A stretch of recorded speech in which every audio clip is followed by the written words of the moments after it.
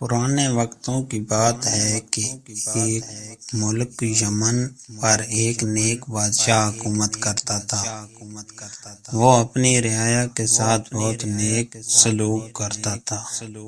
اس کی 4 بیٹیاں تھیں، جن میں سے ایک شہزادی بہت حسین تھی، جس کی خوبصورتی پر باقی شہزادیاں نفرت کرتی تھیں۔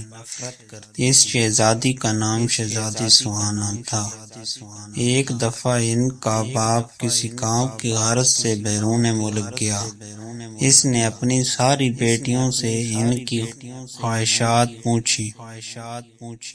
ان 3 بہنوں نے قیمتی زیورات لانے کو کہا۔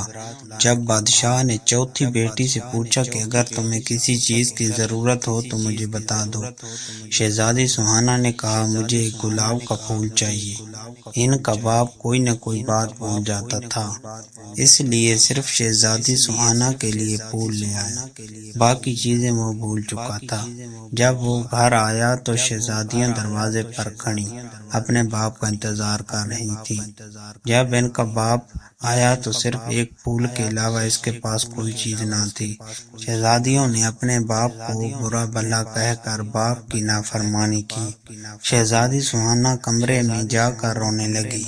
اس کا باپ کمرے میں آیا، اس کا پھول دے دیا۔ بادشاہ نے کہا دنیا میں سب سے زیادہ قیمتی چیز والدین کی خدمت ہے۔ چنانچہ جب بادشاہ دوسری مرتبہ بیرون ملک گیا تو سب نے اپنی اپنی چیزیں لانے کے لیے کہا، مگر شہزادی سہانا اس پر خاموش رہی۔ اس نے سوچا کہ اس بار کوئی ایسی بات نہ ہو کہ جس سے میرے باپ کا دل دکھے، تو بادشاہ نے اپنی بیٹیوں کے لیے زیورات لیے۔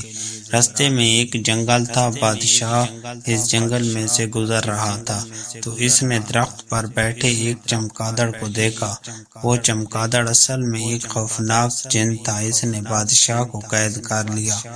ایک شہزادہ یہ سارا منظر دیکھ رہا تھا۔ اس نے اپنی تیز دھار تلوار نکالی اور چمگادڑ کی گردن پر دے ماری۔ چمگادڑ اسی وقت مر گیا۔ شہزادہ بادشاہ کو محل لے گیا اور ان کی بیٹیوں کو سارا ماجرا سنا دیا۔ شہزادیاں اپنے باپ کے پاس آئیں اور اپنے باپ سے نافرمانی پر معافی مانگی۔ بادشاہ نے اس وقت اپنی ساری بیٹیوں میں سے سہانا پر فخر محسوس کیا اور اپنی ساری بیٹیوں کو گلے لگا لیا۔ سب ہنسی خوشی رہنے لگے۔